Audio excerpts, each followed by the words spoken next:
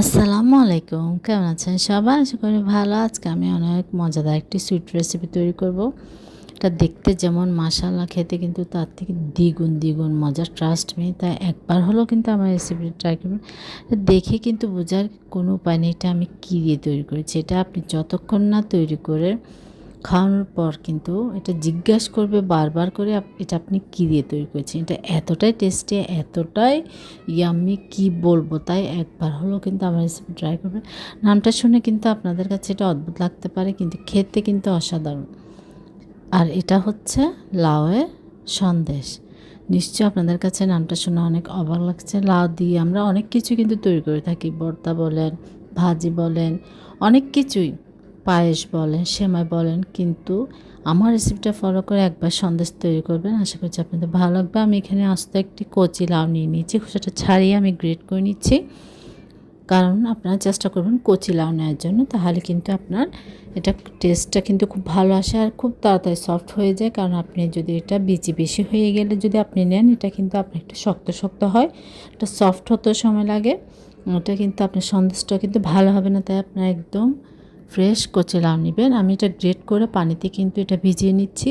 এটা কিন্তু আমি সিদ্ধ করব না, জাস্ট পানি থেকে যে একটা কষ থাকে, এই যে ফ্যানে ফ্যানে আপনারা দেখতে পাচ্ছেন, এটা যেন চলে যায়। তাই আমি জাস্ট পানিতে ভিজিয়ে একদম ভালোভাবে পানিটা নিগড়িয়ে নিয়ে নিব। চেপে হাত দিয়ে চেপে চেপে পানিটা ভালোভাবে ঝরিয়ে নেবেন। কারণ পানি থাকলে আমি এখানে পানির কিছু অ্যাড করব না, জাস্ট দুধের মধ্যেই কিন্তু আমি এটা তৈরি করব। এখানে কোনো রকম পানি অ্যাড করছি না আমি। তাই আপনারা পানিটা ভালোভাবে ঝরিয়ে নেবেন। তারপর আমি এখানে 3 কাপ পরিমাণ তরল দুধ নিয়েছি। আপনারা চেষ্টা করবেন ঘন ফুল ক্রিম তরল দুধ নেওয়ার জন্য, তাহলে কিন্তু এর টেস্টটা অনেক ভালো আসে। এটা কিন্তু খুব সহজেই জমে যাবে। আপনার দুধটা যদি পাতলা হয়, এটা কিন্তু ঘন হতেও সময় লাগবে। তাই আপনারা চেষ্টা করবেন এটা তরল দুধটা একটু ঘন করে নেওয়ার জন্য। আপনাদের যদি দুধটা পাতলা হয়, তাহলে আপনারা একটু গুঁড়া দুধ মিশিয়েও নিতে পারেন, তাহলে কিন্তু এটা ক্রিমি হবে, টেস্টটা খুব ভালো আসবে আর ঘনত্বটা কিন্তু খুব তাড়াতাড়ি হয়ে যাবে। ওটা কিন্তু অনবরত নাড়াচাড়া করতে হবে, না হয় কিন্তু নিচে লেগে যাবে। তখন কিন্তু টেস্টটাও খারাপ হয়ে যাবে, ফ্লেভারটাও নষ্ট হয়ে যাবে, কালারটাও নষ্ট হয়ে যাবে। তাই অবশ্যই আপনারা এটা মিডিয়াম আঁচে, হাই করবেন না আঁচটা, মিডিয়াম আঁচে অনবরত নাড়াচাড়া করে কিন্তু এই সন্দেশের পুরটা রান্না করে নেবেন। আমি এখানে 2টা এলাচ দিয়ে দিয়েছি ফ্লেভার জন্য, এটা কিন্তু আপনারা লাস্টে উঠিয়ে নেবেন। তারপর চিনি দিচ্ছি মিষ্টির স্বাদ অনুযায়ী, আপনারা যতটুকু পছন্দ করেন। কিন্তু মিষ্টির যে কোনো আইটেমে যদি আপনার চিনির পরিমাণটা অতিরিক্ত কম হয়ে গেলেও কিন্তু ভালো লাগে না। তাই মিষ্টি জাতীয় যে কোনো খাবারে মিষ্টি যদি কম হয় ভালো লাগে না। তাই আপনারা বুঝে শুনে মিডিয়ামভাবে দিবেন। সামান্য একটু ফুড কালার দিচ্ছি আমি, গ্রিন ফুড কালার, দেখতে কিন্তু খুব সুন্দর লাগে, খুব সুন্দর একটা কালার আসে, একদম খুব সুন্দর লাগে। তাই আমি অল্প পরিমাণ, সামান্য, আপনারা ভালো ব্র্যান্ডের একটা ফুড কালার ইউজ করবেন, তাহলে কিন্তু আপনি অল্প পরিমাণ দিলে ভালো একটা কালার চলে আসে। অতিরিক্ত কালার দিবেন না, তাহলে কিন্তু আবার তিতা হয়ে যাবে, তখন কিন্তু আপনার একদম সব কিছুই কিন্তু টেস্ট বলেন সব নষ্ট হয়ে যাবে। তাই সামান্য পরিমাণ দিবেন। আর এখানে আমি 1 চা চামচ আর একটু সামান্য ঘি দিয়েছি। ঘিটা অবশ্যই দিবেন লাস্টে, তাহলে কিন্তু ফ্লেভারটা অনেক সুন্দর আসে।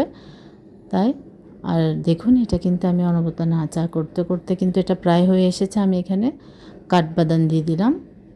আপনারা আপনাদের পছন্দ মতো কাঠবাদাম, কাজু বাদাম, পেস্তা বাদাম, যার যেটা ভালো লাগে দিতে পারেন। কিন্তু বাদামটা আপনারা কখনোই অ্যাড করবেন না, তাহলে কিন্তু এটার ফ্লেভারটা আপনার ভালো লাগবে না। বাদামের একটা ফ্লেভার থাকে, তাই আপনারা কাঠবাদাম, কাজু বাদাম, পেস্তা বাদাম দিতে পারেন, কোনো সমস্যা নেই। দেখুন এটা কিন্তু হাঁড়ি থেকে উঠে উঠে আসছে, তার মানে আপনি বুঝে নিতে হবে আপনার এটা কিন্তু হয়ে গিয়েছে সন্দেশের জন্য। আর এখানে আপনারা চাইলে মাওয়া দিতে পারেন, যে মিষ্টিতে মাওয়াটা ইউজ করা হয়।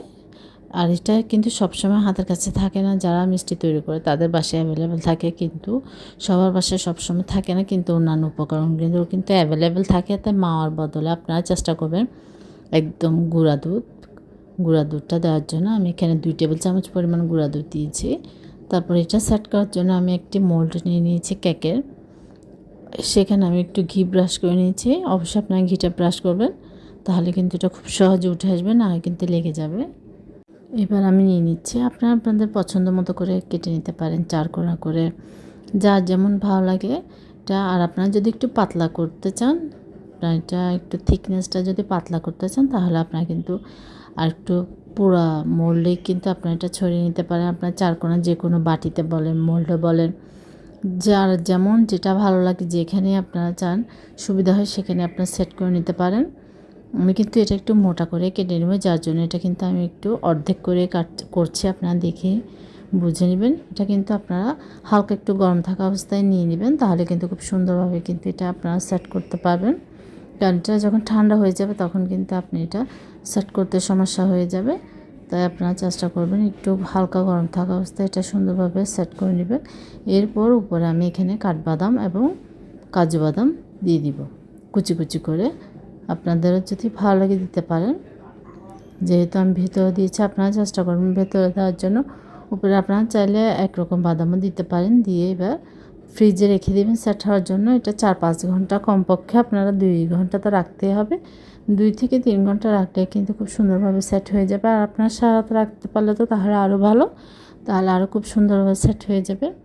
দেখুন আমি বাদামটা দিয়ে এবার রেখে দিব সেট হওয়ার জন্য। এরপর আমি 3-4 ঘন্টা পরে এটা নামিয়ে কেটে দেখাবো কতটা সুন্দর হয়েছে। এবার আমি এটা ফ্রিজে রেখে দিব। আর এটা কিন্তু আপনারা অবশ্যই কিন্তু ফ্রিজে রাখতে হবে, এটা কিন্তু এমনিতে রাখলে হবে না, তাহলে কিন্তু এটা ভালোভাবে জমবে না। অনেকে হয়তো বা ভাবতে পারেন এটা বাইরে রাখলে খুব সুন্দরভাবে হয়ে যাবে না, এটা কিন্তু অবশ্যই ফ্রিজে রাখতে হবে। কমপক্ষে আপনারা 2 ঘন্টা রাখবেন, তাহলে খুব সুন্দরভাবে জমে যাবে। দেখুন আমি কিন্তু 3 থেকে 3.5 ঘন্টা রেখেছি। আর আরও বেশি রাখতে পারলে কিন্তু আরও সুন্দরভাবে জমে যাবে। এবার আমি এটা বেশি ছোট করব না, যেহেতু দেখতে যেন ভালো লাগে, সন্দেশ যেহেতু সন্দেশের মতো করে করছি আমি। এটা আমি 6 টুকরা করে নিব।